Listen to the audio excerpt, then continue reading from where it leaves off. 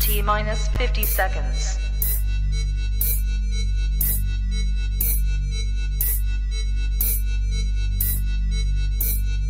T minus 40 seconds.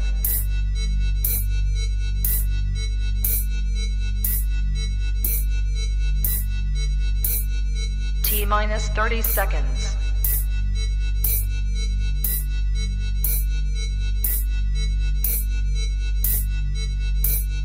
T minus 20 seconds.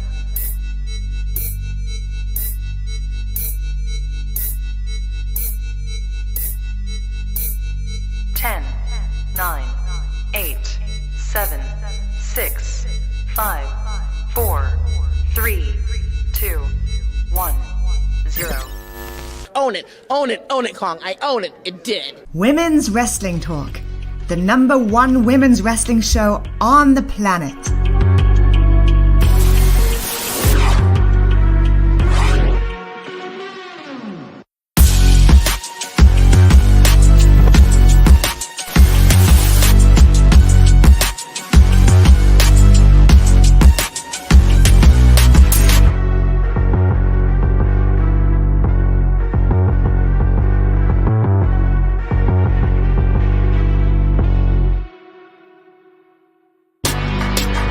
Women's Wrestling Talk, the #1 women's wrestling show on the planet. Woo! More drama than Downton Abbey, I'll tell you what. But we here on a Monday. Welcome to Women's Wrestling Talk, the #1 women's wrestling show on the planet. My name is TK Trinidad. Welcome to WWT Live.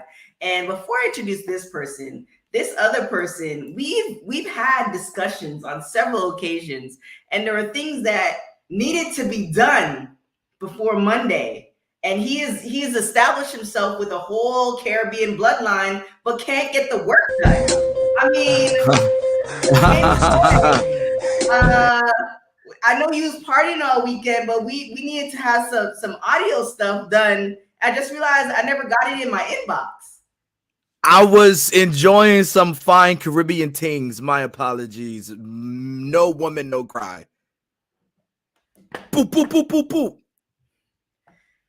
Talking about the bloodline. However, listen, it's one of those things that, like, you expected things in the inbox. AEW expected Mercedes Moné to show up. See what happens when you fantasy book. You know what I mean? Maybe. Huh? Wow. Well, as me and Mr. Professor like to say, Kane be Kane, and here is Mr. Professor. Happy Monday, everybody. I don't know if we have recovered yet from the weekend, but we are yet here because my Lord, good God. Yeah. It was great. It was great. I've been literally breaking it up and watching things little by little. So I just caught Roman Reigns, and okay. I honestly feel like, and I would so watch this if they do like a series where it's just the storyline of like the Samoan family within WWE from the beginning to this point. Like I would so watch it. And I understand, you have to understand little other nuances here and there, but that's why you get a good narrator to kind of narrate you through, because it's just like so cinematic. Like it was so good. And I think a lot of people on Twitter were saying like that Jay deserves an Oscar nod. So does Paul Heyman. So that like that whole thing like was brilliant. Yeah. But we're here.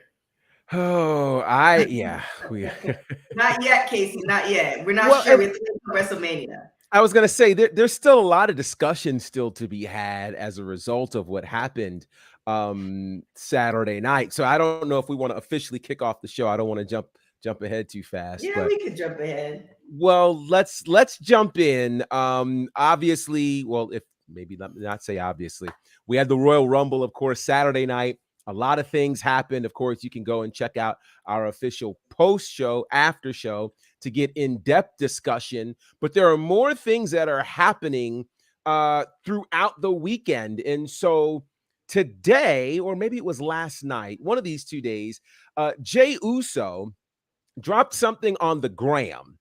And I wasn't prepared for this. It was a 2-word post that said, "I'm out." And he puts the drop of blood, symbolizing that perhaps he's out of the bloodline, which I don't know if that is of his own volition, if there's been some backdoor meeting and he's been kicked out. Of course, he walked out after all that happened Saturday night as Sammy was getting beat down. He was clearly torn. And so he made the decision, "I'm out." So many are interpreting that as Jay leaving the bloodline. I don't know if that's the case or not. I really don't know. What does that do for the tag team titles? What does that do for anything inside of the bloodline? And then who does Jay side with? Does he side with Sammy? Does he side with the rest of the bloodline? Does he decide to be his own man and say, "I'm done with all of this"? Like, I think these are the real questions that we have. You can see the post there. The very look that was on his face. He was perplexed, of course, as Sammy went and hit the tribal chief, which we didn't even analyze this the other night, what really happened, because there are those that are saying that Sammy betrayed Roman. There are those that are saying Roman betrayed Sammy. Like, there's all kinds of things. And I think it's just weighing too heavily on main event Jey Uso. So Jey Uso seemingly out of the bloodline. I can't figure it out. Maybe we'll find out more tonight on Monday Night Raw. I have opinion, but go on, Kane. Listen, blood in, blood out, as Jey Uso has made it known. You know, there's a special irony in the fact that it was Roman Reigns who forced Jey Uso to be friends and make good with Sami Zayn. And now it is Sami Zayn who is making Jey Uso realize that this is wrong, what Roman's doing. And Jey Uso having his own PTSD from getting whooped on by his cousin and basically forced to bow down to kiss the ring is also starting to come back to his senses and say, wait a minute, you know, this manipulation isn't working, because what Roman's doing is not very Usi. It is not very Uzi what Roman Reigns is doing to his cousins. And I think Sammy has kind of made Jay see that. Because remember, this all started with main event Jey Uso going after Roman Reigns for the title and kind of having that in that sizzle in which it was never resolved, really. You know what I mean? We just saw them kind of merge. Jimmy came back. They won all the gold, and we have the bloodline acknowledge them right now. But I love how this is going back to, hey, man, we never went to therapy for this. This was never closed. This was never finished with us. You know what I mean? We need to pull together as a family, and there's still open wounds there that Sami Zayn has, in some type of sick, twisted way, has kind of colonized it and kind of pitted them all against each other a little bit. So this has been kind of like a fun story to realize that when Jay walked out, it was like, ooh, here we go. We're going to call back to that. So I really enjoyed that. Jay just obviously did what we all do, jumped on the gram and was heated in a moment and tweeted his emotions. I believe it's going to be addressed tonight when Roman's going to question, so what do you mean by you're out? This is blood in, blood out, homie. So will we see Roman attack Jay? Will we see the tag team titles adopt some type of freebird rule? Because the Usos, they do got another brother. My guy with the Samoan spike paying tribute to his uncle, Umaga, and that would be Solo Sikoa. So do we see a bit where Solo Sikoa takes Jey Uso's spot and just run as a tag champions? We've seen crazier things with Ricochet and Braun Strowman all of a sudden being in the SmackDown tag final. So, you know, it's gonna be a lot of questionable things tonight here on Raw. But Jey Uso seemingly out of the bloodline. He's still on Wikipedia. TKs. He's still sitting at the table. Have you? Because that's what we at the Samoan. He's still currently at the table. Okay, he's still at the table. Oh, there's the new table. I was like, the table got smaller. But yes, the table. Here's the thing. It's a combination of. I was listening to this podcast, and she was talking about, you know, we're now in the soft life era. You know, we don't want to work as much. We want to make more money. Like, I get it. Like, we're hard workers, all this other stuff. But in that soft life, there's certain rules and regulations that, you know, we no longer follow. So now at the end of the day, family is family. You know what I'm saying? It's not like, you know, the family has been questionable. You know who your family is. The bloodline is strong. So it's kind of funny to me where it's just like because with Sammy, it's tribalism. KO's a Canadian, Sammy's a Canadian. There's a hierarchy of tribalism. Everybody does it. It's like, okay, for me, it's like Canadian, West Indian, Black, woman. Like there's a hierarchy. And you don't fit into some of those boxes. Sometimes you're just not going to get picked. Like I'm going to be loyal to certain people. That's just how it is.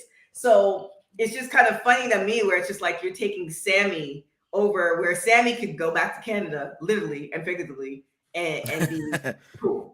So it's just it was great. Like I love the emotion and all this other stuff, but it's kind of like we're part of this soft life where it's like now we have to go and discuss the PTSD and how, you know, a year ago, because you could have talked about it. If there was really a problem for you, you could talk about it a year ago. But now a year later, you're having issues. Like it's kind of one of those things where it's just like, come on, son. Life keeps going. Just mount up, call it a day. And it sounds harsh, but it's just kind of like, this is the problem. And in 10 years, when all these soft life people have made children and they're now soft, it's going to be even it's going to be a worst case scenario. Nobody's going to want to work. Everybody's going to be crying, going to therapists. Nobody can afford the therapist. We're just going to be eating off like just the land. It's going to be crazy. So I mean, it's not harsh, but it's like, luckily we can still enjoy food on the island of relevancy because again, Sammy couldn't colonize that, so Roman beat the just bejesus out of him. And I think that's one of the things that made the storyline so great, that everyone's kind of remained true to their character. I believe like Jey Uso and Sami Zayn haven't really betrayed their characters, right?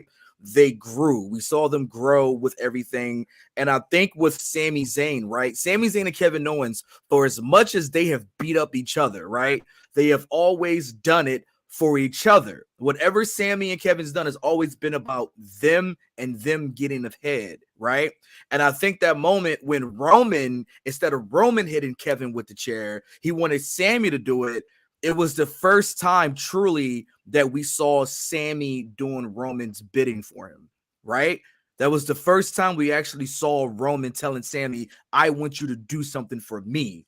And Sammy was like, wait, what am I gaining out of this again? And I think when you saw that, that's when you saw the moment. And again, to Roman Reigns, you got to stop turning your back on people who you consider family who have a chair in their hand. You just have to. It just never ends well for you, Roman Reigns, whenever you do that. So I think that's what makes this storyline so great, that it's for the long-term watchers of the product. If we have invested in this, then we got one payoff, and there's still so many more payoffs to go, G. Now, I totally agree with you. Like there, in terms of payoffs, you know, it's just starting. Like it's not even, we haven't even scratched the surface. And to me, you know, I got to go back to my TGIT days on this. Like I was a major scandal watcher, How to Get Away with Murder. This is that kind of story that has kept you invested, which we've not seen certainly in the modern wrestling era, but we might have to start having the conversation of greatest storylines ever. Facts. I think this completely trumps all things NWO. It trumps all things DX. I mean, it trumps all things Four Horsemen. You know, you can even argue we're getting into Austin McMahon territory with this, but this is different. Because this is, and part of what's different about this is this thing started during an era where there were no fans in the building.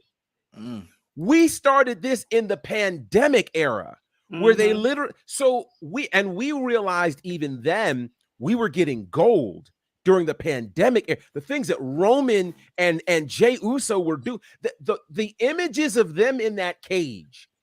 When Roman is telling Jey, like, I don't really want to do this. I love you. Like all the, oh my God. And Jimmy has to come in. And ultimately, because he's beating on Jimmy, now Jey says, I quit. Like, and they never resolved those. So they've been building on top of all of those things. And so we see. I think the other thing about this story that is special is we can each see ourselves in some part of this story.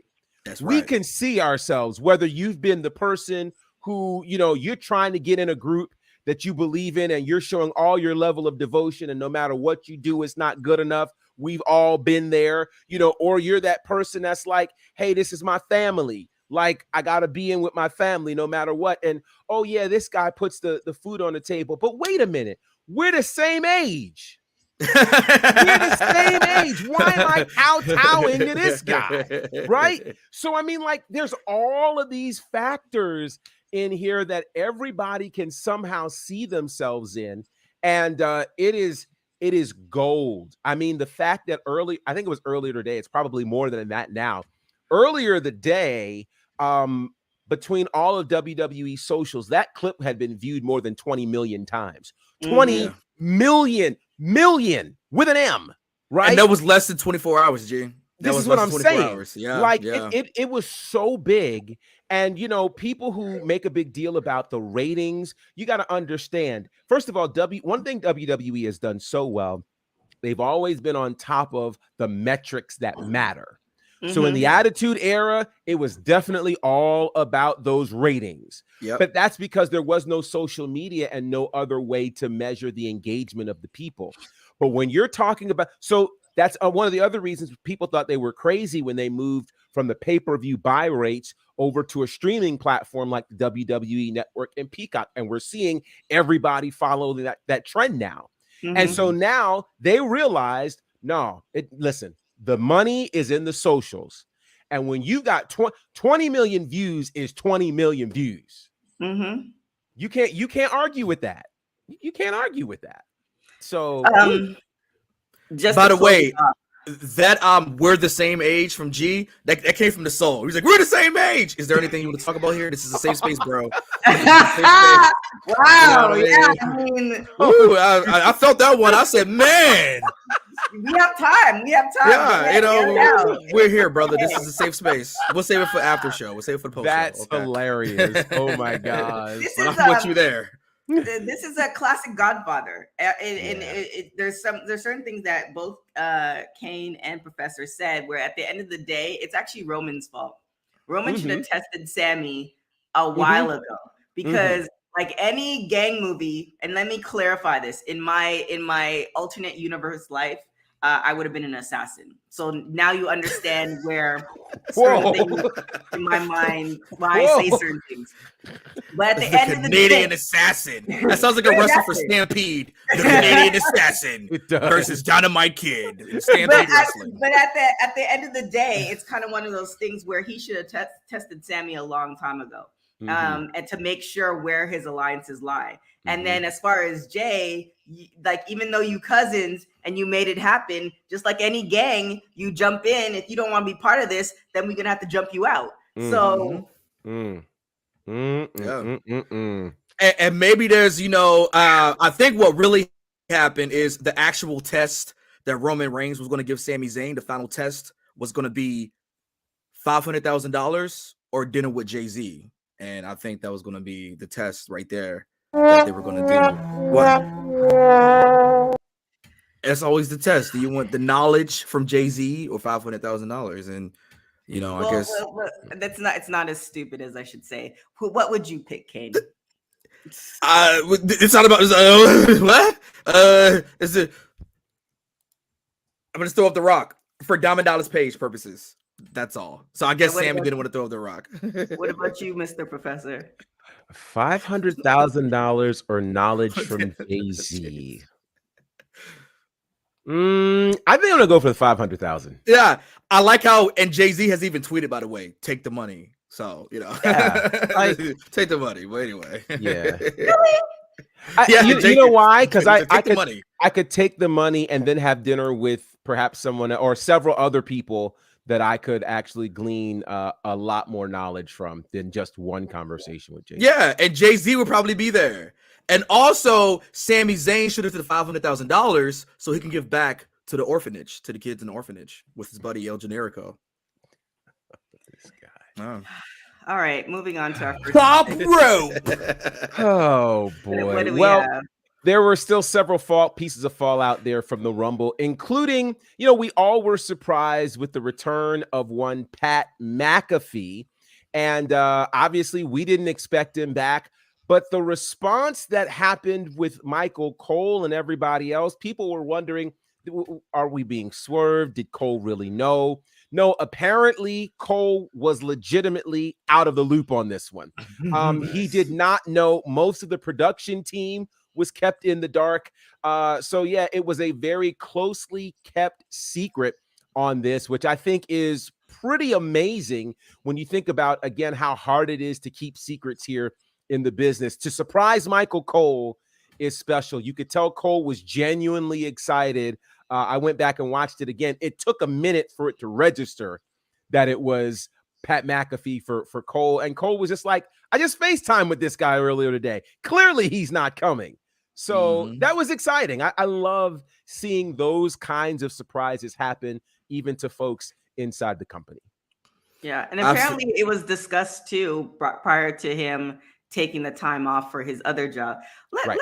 Like, kudos to him being able to go and do another job, to come back to another job. Like, it's that life, man. It's that. Yeah. Like, he's got seas. He doesn't have streams. He's got whole seas and oceans of income. I mean, that money he got, of course, from college football with ESPN, signed a ridiculous contract with WWE that lets him go to and from, and he could just come back and, man, I want that kind of life. Yep, and his podcast and they got a big deal with Bud Light, and like, it's just, he's swimming in money. I mean, some might say that McAfee has total protection. Please. It's a security company that protects your viruses and internet. We know who they are. The money. But look, it was really dope to see Michael Cole happy. First of all, put some respect on Michael Cole's name. 25 years plus in the game. I remember him better than he's ever been.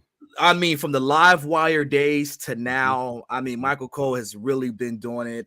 It was dope to kind of see that genuine surprise on Michael Cole, who is just having, again, to your point, Jeep, the blast of his life with Pat McAfee. I enjoyed Corey Graves being there. Just hate. That interaction where McAfee hits Corey Graves with the crotch chop and then goes down. Really, Wrestling Realm? Hold on for 1 second. Screenshot that. This what we doing? This is just for you, Wrestling Realm. Just screenshot that. Join me over here, buddy. It's a lot of laughs. Wait. Can we address that hot take that came from Brian Waters? Do you see that comment? Right, there's a comment that's saying Michael Cole is greater than. Can we address this? Okay. Wow. Okay. Real quick. Wow. The handshake snub, by the way, McAfee and Corey Graves was awesome. But you know what, though? To my fellow Beefcake bros, because we love Brutus the Barber Beefcake, peep a few episodes back between me and Brian. Hey, we out here, baby. Throw up the scissors. Take that, Acclaimed. We got the hedge. We got the hedge clippers. I can see that because technically speaking, we've had Cole on WWE programming longer than JR at this point, right? It's been more consistently Cole. There's a generation who's grown up with more Michael Cole actually than JR, right? Michael Cole was on network television, right? He was on SmackDown on the My Network TV. I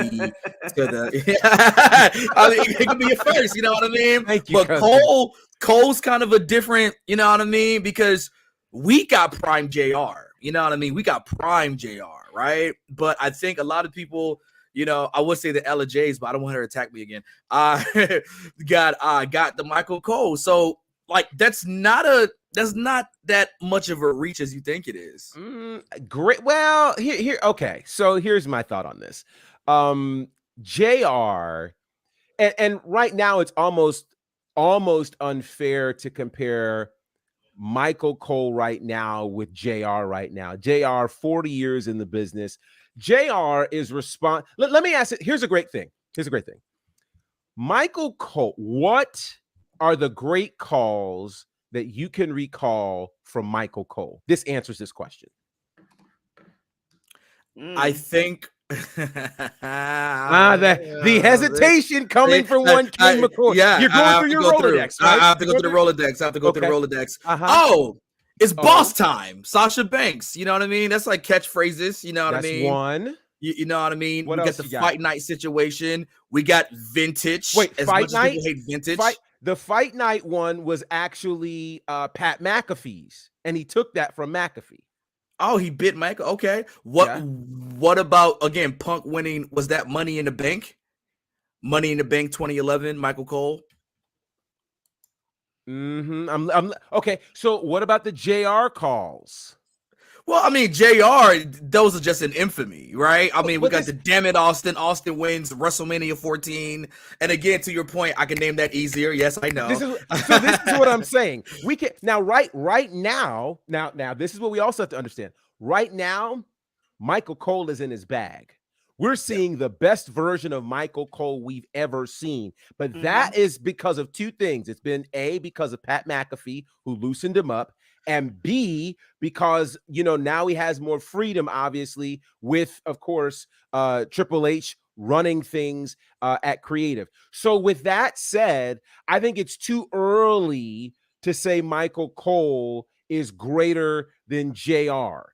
JR has way too many great calls, way too many great moments. And even right now, the things that JR says are still iconic, right? JR is in the tail end of his career. That's fair to say. But I think we're right now starting to see the best of Michael Cole. So is Michael Cole great for this generation? Absolutely. Greater than JR? Can't say that.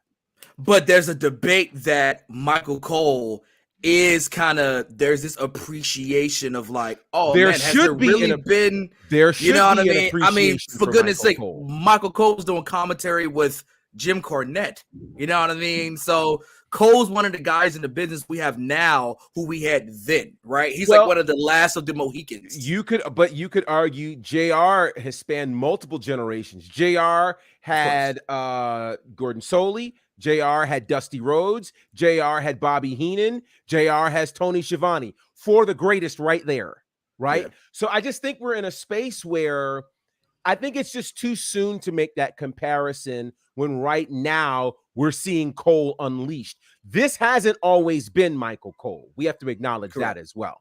So that's why I'm like, it's too soon to make that acknowledgement. Maybe in a few years when we all have calls that we can pull. Kane, you pulled off 5 JR calls in 5 seconds. You literally did that. And you proved my point. I did. I will admit that, you know, but you know, I guess I have to go back on the ground and be a coal miner and dig up some more calls. But that's the thing. If you're digging them up, then yeah, we're not there yet. Although I will say, who's undefeated at WrestleMania? JR or Michael Cole? Just saying. What in the world? Michael Cole's undefeated. Well, the question wasn't in ring. The question was commentary. So there we go. That means I had no more arguments. So I had to. So you had to get. Yeah. I got you. Yes. I had to Gish Gallop you, good sir. Gish Gallop, forensics team, debate squad. What up? That's hilarious. That is hilarious. All right. I think one of the last things we'll mention relative to this weekend's Rumble, of course, is the return to WWE of Chelsea Green. Certainly, there's been a lot of rumors floating around ever since, you know, she said, ironically, at Impact, hey, I'm going home. You know, people immediately thought she was heading to WWE the next week. It's been many weeks since that statement, but she did show up at the Rumble. Of course, she created a Royal Rumble record with the fastest elimination in women's Rumble match history. So there's that, where that will totally lend her in terms of this next leg of her WWE journey.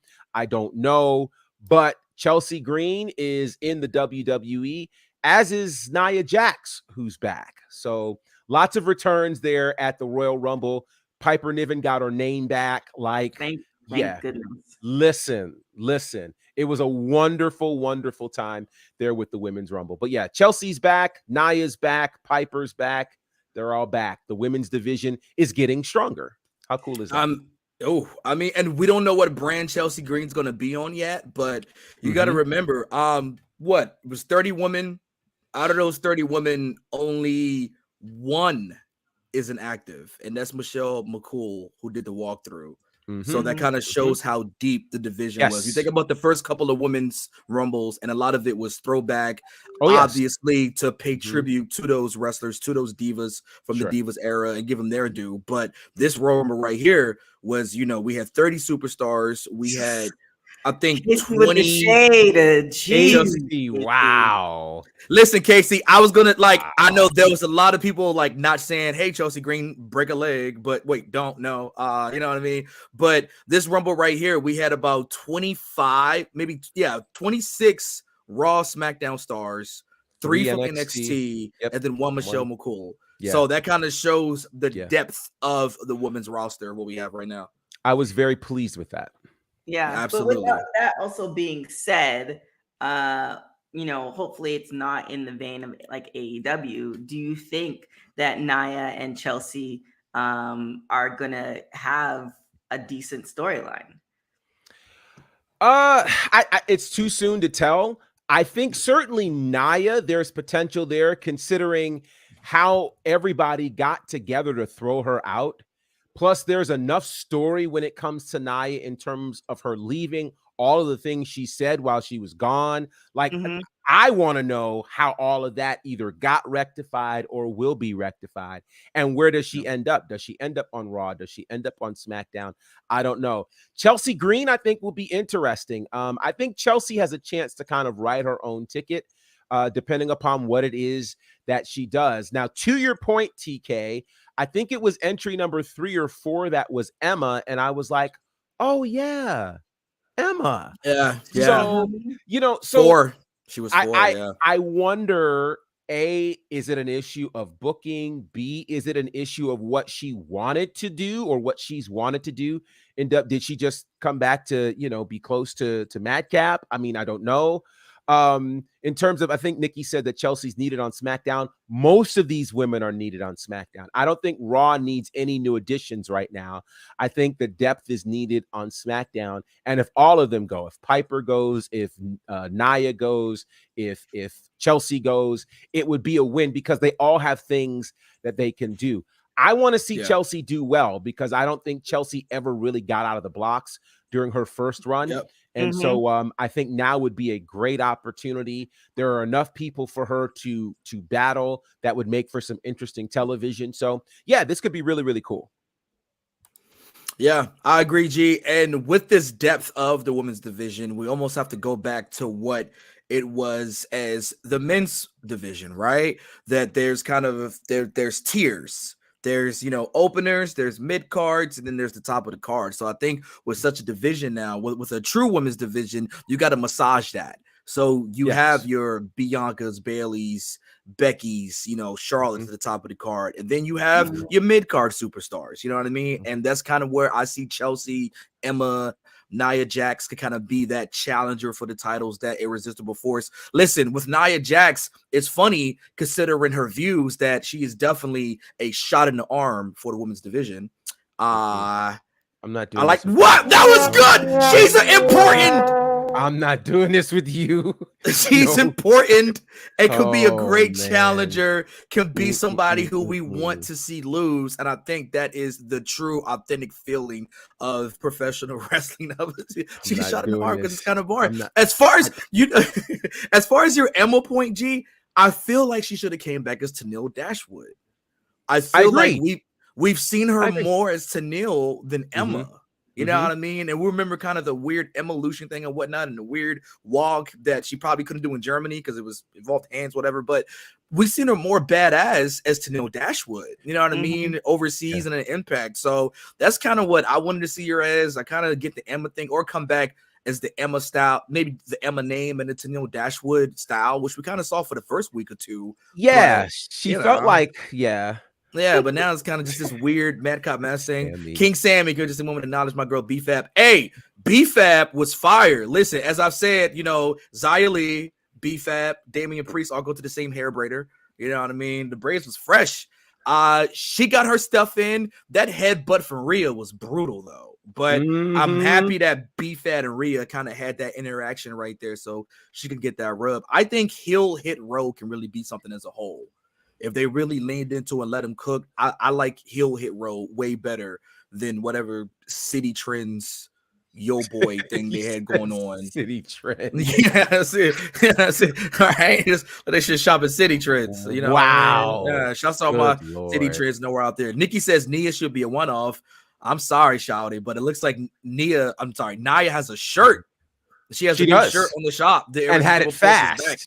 It was like quickly. Right. That was like AEW speed. I was like, yeah. Like I'm just shocked she didn't get a graphic. You know what I mean? Nia Jax is back. So it looks like Nia Jax is going to be here on the roster for the formidable future. I was hoping to get some type of my whole spot. Just my whole. But I'm sure that was in the contract to not do that anymore. No, if they're not doing Banger Brothers, they're definitely not doing it. And then Casey also mentioned give me Charlotte and Raquel Rodriguez at Mania. That staring down between Raquel and Nia. Woo! That smelled like money right there. I mean, when have you seen 2 6-foot women eye to eye, powerful? Yeah. You know what I mean? We love Nia and Rhea Ripley though too. Well, that was a great exchange. That was a great exchange. Yes, it was. And then I'm just trying to remember back who. Oh, it was Nia and Asuka. That's what I'm thinking about. But yeah, Nia, Rhea. You got Nia and Piper. Like that would be madness. Oh my gosh, that would be crazy. So this is the cool thing. We have options, and wherever there are options, that's a good day in the neighborhood.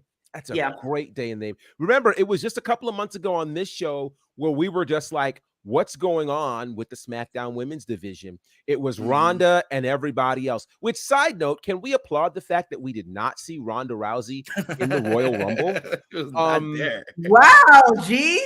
No, let me explain why. Let me explain myself. Very let me explain. Very shady. No, it's not shady. Here's the deal. Okay. Here's what we figured out last year at the Royal Rumble.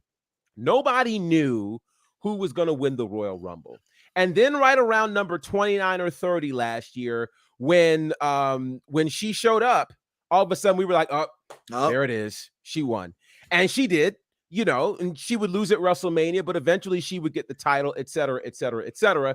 So to me, Ronda, you get the same feeling as Brock. When they show up, it's a done deal. So to me, this said again, WWE, much to the point that Kane made earlier, was actually banking on the people that they have. That is major. You could even make the argument, on the men's side, with Brock entering in and being eliminated by Lashley, the shortest appearance of Brock Lesnar in a Royal Rumble ever at 3 minutes. Yep. That was a massive statement that said, we believe in our roster, that we don't have to have some superstar, some from outside of the company to come in and, so that's big. And I think the fact that WWE is now believing in their roster, that speaks volumes. Well, I'll go one step further. It's not necessarily believing in the roster, but actually writing storylines so we can believe in the storyline, so we actually like the roster. Like when you don't have the storylines, then we're not invested, and then we don't care. And then they're like, "Oh shit, there's nobody. The WWE universe doesn't care, so let's throw out the usual." Now they're actually doing storylines that we can invest in, and now we have people like Sammy, who's on the BFAB train. Like we have people who are like invested in wrestlers, which is a good thing. So kudos to the writers for that. I agree. Papa H, give it to him. Booker of the year. I agree. I mean, we got to figure out the Bray Wyatt situation, but other than that, what's to figure out though? What's to figure out? I feel like Cody Rhodes post media scrum got Mountain Dew Pitch Black more over than the actual Bray Wyatt LA Knight match, which just left us all confused. We didn't know what it was. We spoke about this Saturday night or here on the post show where it's just like there's this thing with Bray Wyatt where like the lead up is better than the actual oomph, than the actual match, than the actual wrestling. Christmas morning, you wake up to a giant gift, and you open the gift and you go through all of the wrapping paper and the inside paper, and it sucks. You know what I mean? That's what a Bray Wyatt match feels like. It's just like there's so much lead up and Uncle Howdy and this, that, and the third, and then this actual match is like, all right, this is glow in the dark ass match. You know what I mean? And it's just but here's my point to that. We don't watch Bray Wyatt for his matches. We don't. I mean, just like I mentioned about the Michael Cole call, name a great Bray Wyatt match that you remember. Right. Okay. So to me, there are only two. One of them was the tag team match that the Wyatts had against Evolution, which was at the event after Mania 14. It was like a Backlash or something. That was amazing. And then the Firefly Funhouse match that he had at the WrestleMania nobody attended, which was full, you know, that was just incredible. But that was cinematic. So Bray Wyatt, a lot of his stuff is though. That's right. That's that is where he thrives. And I think if they keep him in spaces like that, we get to see the best of Bray. You're not going to see, you know, headlocks and step over toe holds and Canadian destroyers, and you're not going to see that from him. He's not going to give us, you know, Will Ospreay, Kenny Omega. It's not going to happen, right? So I think we just have to get our minds around that. Where I think it's hard though is we were so invested in people like The Undertaker and like Kane, who figured out how to merge this supernatural stuff along with great wrestling. And so that's kind of where it's hard, because right now we're looking at somebody that leans more on the lead up, the promo, and all of those other things than the actual in-ring things. But now I'm going to mess with some people. I'm going to mess with some people. Did you really like Stone Cold Steve Austin because he was a great in-ring performer? Did you really like The Rock because he was a great in-ring performer? You see his elbow? He did it for the people. What do you mean? Okay, an elbow. Hulk Hogan had a leg drop. Okay, and he was wildly over and made millions of dollars. What I'm saying is right. It is more so about what gets you there. And then we believe, well, those who were kids in a certain generation believed in Hulk Hogan saying his prayers, eating his vitamins, you know, doing this with his ear, all of that thing. We believe that. That worked for us. A boot, a leg drop, won WrestleMania matches. Okay. the time has changed. And the point is, Hulk Hogan wasn't a great in-ring performer. So we can't look at those things to measure it. John Cena wasn't a great in-ring performer. You want to take it out of wrestling? But the matches, the matches were palatable, though, right? No, they weren't. No, you don't think a Hogan match? Let me give you a great example. Go back to WrestleMania 18 and watch Hulk Hogan versus The Rock. And watch it with the sound off. If you watch that match with the sound off, you will be bored to pieces. But when you turn the sound on and you hear the crowd popping like crazy because it's Hulk Hogan and The Rock, tell me a great move they did. They didn't. But they got us so invested with basic stuff. The story got us in that room. We watched the fans turn Hulk Hogan. We watched the fans turn Hulk Hogan from an evil villain to a superstar back in the yellow and red, all in one fell swoop. WWE didn't plan that. The Rock had to sit up and go, oh, wait, I got to be bad right now because the fans are turning against me. The fans made that match. It was not what happened in that ring. So I don't think it's fair to put onto Bray Wyatt, well, he's not a great wrestler. Well, Bray Wyatt did all the stuff that made us interested in a match we never saw before, and we may never see again, right? I hope not. Listen, this is the same guy that had us following QR codes, and we were excited about this guy, and he hadn't wrestled a match in 2 years, but we lived for it. So I can't say, oh, well, all of that and it leads to a bad in-ring performance when he did all the stuff that made you want to watch the in-ring performance. He didn't have a botch. He did, and that's okay. It's okay. Uncle Howdy took care of that for him. Well, but Jumping off wait, the I platform. haven't jumped from 25 feet high trying not to hit my opponent too hard because gravity will kill him. So I give him a pass on that.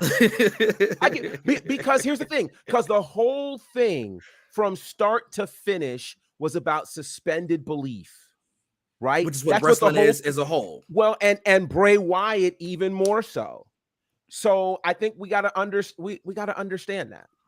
And I think that too, to piggyback off that, that's the difference between a wrestler and a superstar. That part. Because you have people like, I mean, you even take it out of wrestling. Like my favorite is you talk about Floyd Mayweather, right? The amount of years we watched on Cinco de Mayo, his match where we knew that we were gonna get the same thing, 10 rounds of him slightly punching whoever his opponent was, but yet still we still bought the pay-per-view. And even on a closer home, for those who are Blueface and Krishan fans, you know, we see the train wreck happening. And I actually did go and watch the marriage music video that was only 90 seconds long. And I was like, what type of trash is this? Yet still, I watched the 90 seconds and I'm probably still gonna keep up to date on the shenanigans that they are doing. That it's just human nature as far as great personalities versus people who are like, "Meh." So definitely, Nikki, are you knowing because you liked the video, or are you knowing because you're upset that I watched the video? Let's clarify. She's upset at both of them because Nikki has integrity and honor. Where your feelings lie. I'll throw one more thing in this since you went the entertainment route. It's one of the reasons why jazz music is not pop music. Jazz used to be pop when people were so interested in all of the musical details and things like that. And then as things began to grow, people were like, does it make my head nod? Right? So that's where all of the amazing vocalists who can do runs like crazy don't have number one hits because people can't sing their songs, right? So at the end of the day, okay, it's amazing that people can do all of these backflips and things like that and all these technical moves, et cetera, et cetera. But at the end of the day, what brings them to the dance? That's it. And it's the stuff they can relate to. Matter of fact, we love the Bloodline not because of the matches. And we've had some decent matches. Yeah. We love the Bloodline for all the other stuff. And we're calling it the greatest storyline ever, not the greatest match ever. I rest my case. Well, because keep out the D-Bop dude, Jazzy. I didn't know these entertainers. I mean, you guys love entertainers. I mean, I didn't know I was talking to members of the Jericho Appreciation Society over here. Appreciate the sports entertainment over here. But you're saying it's sports entertainment. If you want to watch wrestling, like think of those matches that go for like 45 minutes where it's just like, all right, son, like we understand you can do all the shenanigans, but especially if it doesn't have a good storyline, it's like watching paint dry. Like you could appreciate true wrestlers. And I think Nikki said in the chat, Kurt Angle, you could appreciate true wrestlers. However, you know, when you think of, if you go to entertainment, if you go to stuff like that, when you think of the people who have sold out concerts, like, come on, Michael Jackson can sing. Right. Yes. No. Michael Jackson was not a great singer. He was an incredible entertainer. Janet Jackson too. Jackson could sing. She but can't sing. But I feel like we're all kind of saying the same thing, but it's kind of like, to the point that I was saying about Bray was the fact that, like, the examples we gave was pretty much like the lead up and the matches were fire. Everything was fire. But with Bray, the lead up is dope and the matches are kind of like, You know what I mean? That's the only thing I'm kind of like, and that was his issue his last run. That was Bray's thing. It was like, man, the matches are kind of, mid, but everything else, so you're so excited for it, then it's just like, yeah, you know what I mean? There's a lot of, at least to me, it's a lot of, with him. Yeah. Stephanie's saying, thank you, Stephanie. Had vocals? Yes. Young MJ, young Jackson 5 MJ. and Off the Wall MJ. But he made Thriller, G. Yeah, he made Thriller. Thriller Thriller. was incredible songs, but we don't rock Thriller because of his amazing vocal prowess. He was the epitome of an artist. Right, you're doing the dance. You're not singing the song. Because I don't, copyright, we don't get taken off the air. But I just think that, ultimately, and I want everybody to watch Raw, watch SmackDown, and really take heed to what G said. Take the edutainment we have learned today, and let us know what you get out of it. This is why I love broadcasting with the professor. And then also watch he took me to school today. Nikki saying Impact, NJPW, JCW, and I think Impact is probably a great GCW. A great violence. That is true. I think Impact is a great a balance between not great, interesting storylines. I wouldn't say great storylines, interesting storylines, and great wrestling. So yes, I think it just doesn't get the accolades it deserves. I agree. What do we have next? All right. Well, someone mentioned New Japan Pro Wrestling, so now's a good time to pivot there. They've made some changes to what's going on the U.S. side of things. So if you've been following New Japan, they established some things in the United States with a program called New Japan Strong. It was based out of L.A., and there's some really cool things that have been happening there. Well, one of the things that's going to change is Strong as a program will no longer exist. It was a weekly program. It'll no longer exist. Instead, that will now become the name of the brand of all things happening New Japan in the United States. So any event that happens in the US for New Japan will fall under this New Japan Strong umbrella. And so that's going to be kind of different. And that's going to mean that things like the upcoming Battle in the Valley that happens on February the 18th will now be able to be viewed either on Fight TV or under this Strong on Demand situation for New Japan Pro Wrestling. Now, once we get to March, the matches from these Strong Live events will be broadcast weekly as Strong on Demand, replacing what was New Japan Strong. So this is going to be very interesting, I think, in terms of a development. Now, I'm curious because Strong actually had crowned their own singles champion, their own tag team champions as well. I believe Fred Rosser, the former Darren Young in WWE, is the latest Strong champion. And then you had the Motor City Machine Guns as their tag champions. But so if anything, that may mean that we may be getting more New Japan events here in the United States. That weekly program I thought was really good for developing stars and giving some folks a platform. So I'm interested to see what all of that is going to do for New Japan here in the States. All right. You have anything? Yeah. I mean, we missed all the tapings, TK, here in LA. They taped at the Vermont, and we didn't go to now one of them. So I don't know if they're still gonna do stuff there occasionally, with anything like that. But I can see them kind of bringing it all together. The presentation will be interesting because there's NJPW and NJPW Strong. Although I guess NJPW Strong will fall under, I guess, New Japan Pro Wrestling of America, which has kind of been their American branch anyway. Mm-hmm. So it's going to be interesting to kind of see what happens with that and how, not to be, to exclude the cliche, how strong will the champions look? Obviously, the Motor City Machine Guns are the Strong tag team champions. Fred Rosser's the open heavyweight champion, the open weight champion. So we're going to see how this goes down. We've commended Bushiroad, who owns New Japan Pro Wrestling, the new owner, for what they've been doing to try to get their product in America. I think Battle in the Valley on what month is this? February 18th will be a huge event for what they want to do moving forward. So I think Battle in the Valley is when we're kind of see everything in action and see what goes down. Yeah. To your point, really quickly, what I think is so interesting is that New Japan was really making a heavy push in the United States starting 2019 into 2020, and then the pandemic happened.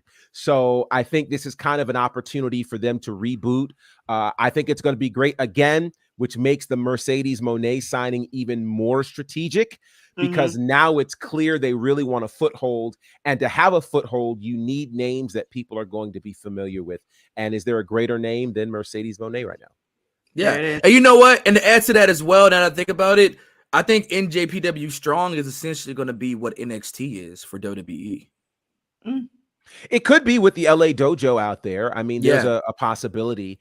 Their own show, their own kind Yeah. of focus. It's still NJPW, but you know, we can't be flying people back and forth, back and forth, back and forth. So we kind of have this set brand here, and we can get busy with there. So almost what like NXT UK now Europe will be in NXT and whatnot. So it's gonna be fun to watch, man. I'm always down for more wrestling and bringing that strong style to American television, which we've been seeing a lot more of. So NJPW is like, we started this gangster-ish. This the things we get. I think we're gonna go ahead and strong arm, you know, our stuff back. So can't wait to see what goes on with that. Battle in the Valley, violence. Yes. Looks like Stephanie be traveling, working hard and traveling. But with that, before we get out of here, it's wrestling facts. Yeah.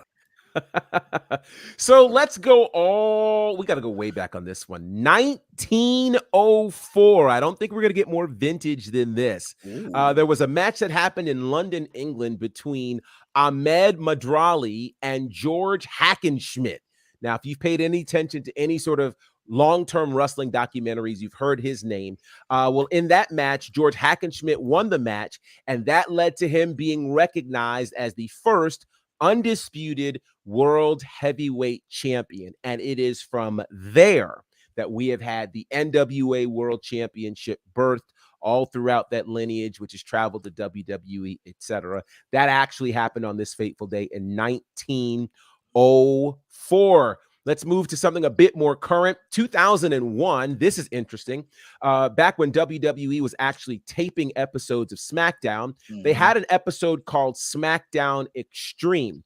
The idea of this was that it was supposed to be a cross-promotional situation for the XFL, which was going to launch that following weekend. Ironically, the main event saw Kurt Angle, whose name we've mentioned earlier, defend the WWE title successfully against The Rock and Triple H in a triple threat match. Of course, the first image you would see on the XFL would be The Rock. You got it. All right, 2005, since we're still in Royal Rumble season, the Royal Rumble took place in Fresno, California. Now, we remember 1994 as the year that produced two winners, Bret Hart and Lex Luger. But 2005 produced two winners, and it really wasn't supposed to happen that way. Batista and John Cena both fell over the top rope. They landed at the same time, and nobody could figure out what to do. So one Vincent K. McMahon came down the aisle doing his big strut, but he had one problem. When he got in the ring, he blew both of his quads. And so he actually makes this decision sitting down in the corner, and nobody knows why this man is sitting, but he's sitting with his quads completely blown, and he's deciding now to tell the world, okay, here's what's going to happen. We're going to restart the match, and in restarting the match, Batista wins, and he goes on to WrestleMania, which oddly enough was in Hollywood that year. And of course, WrestleMania goes back to Hollywood this year. All right, two more things. More in Royal Rumble season 2011. The Royal Rumble took place in Boston, Massachusetts. Now, this one was historic for a couple of reasons. For one, it was the first Royal Rumble that featured 40 men. Normally, it features 30. This one featured 40. And the match went 69 minutes and 51 seconds. At that time, it became the longest match on WWE pay-per-view. That was replaced this past Saturday with the Royal Rumble, which went 71, the men's Royal Rumble match, which went 71 minutes and 42 seconds. So yes, we have witnessed the longest pay-per-view match in WWE history. That happened. That's pretty amazing. Last but not least, this day in 2019, the Velveteen Dream, a name we haven't heard in a long time, beat Johnny Gargano to win the NXT North American Championship. This would be the first and subsequently only title win for the Velveteen Dream, who many of us felt like was a surefire shot to be the NXT champion. However, in comma, as we know, that didn't exactly happen. And those are your vintage wrestling facts. Vintage wrestling facts. Yeah.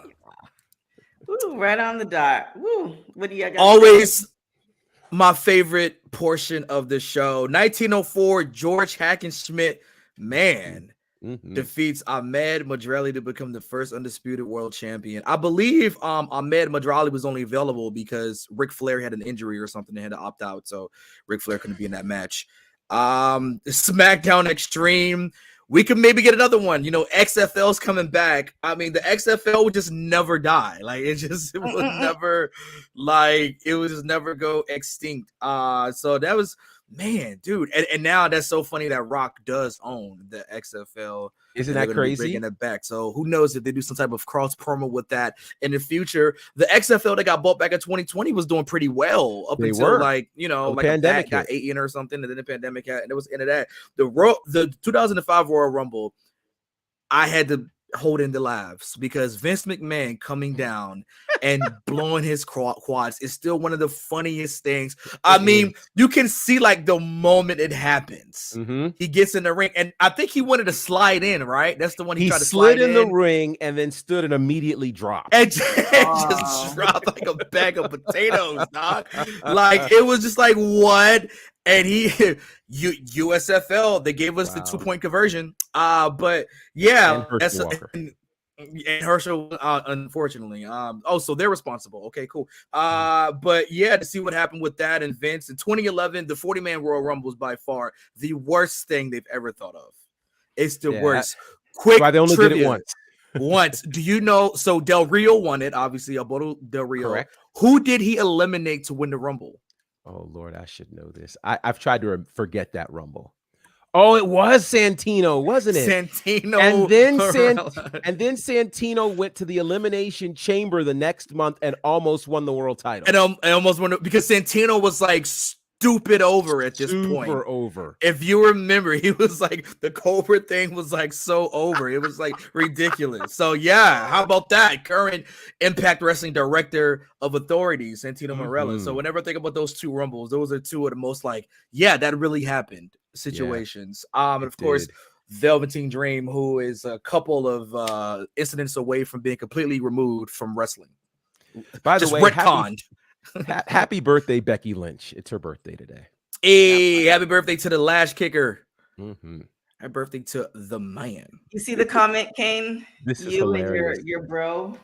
Oh yes, my guy, my beefcake brother, the Beefcake Bros, Brian Waters out here. We be knowing, man. We just be knowing, dog. Beefcake Bros. That's hilarious. We coal miners out here. Coal miner men.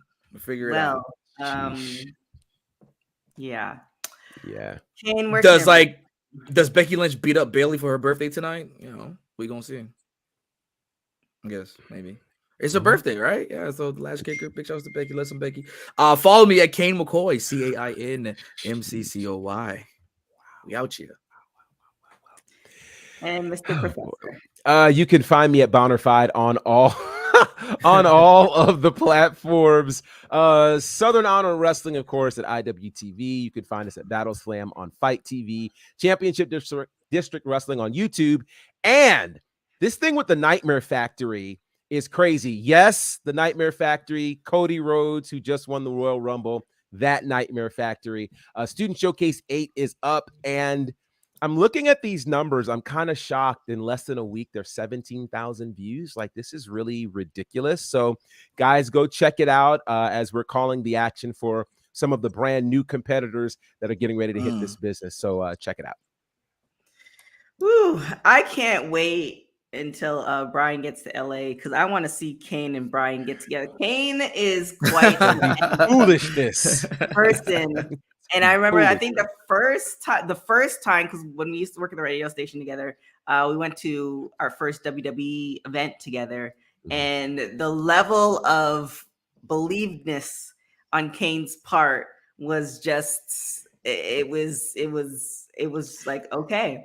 It was some tomfoolery. It was some tomfoolery. Yeah, it's like almost like thug tears at one point. It was a whole situation. Oh wow. Wow. So Still real to me, damn it. It's still real to me, damn it.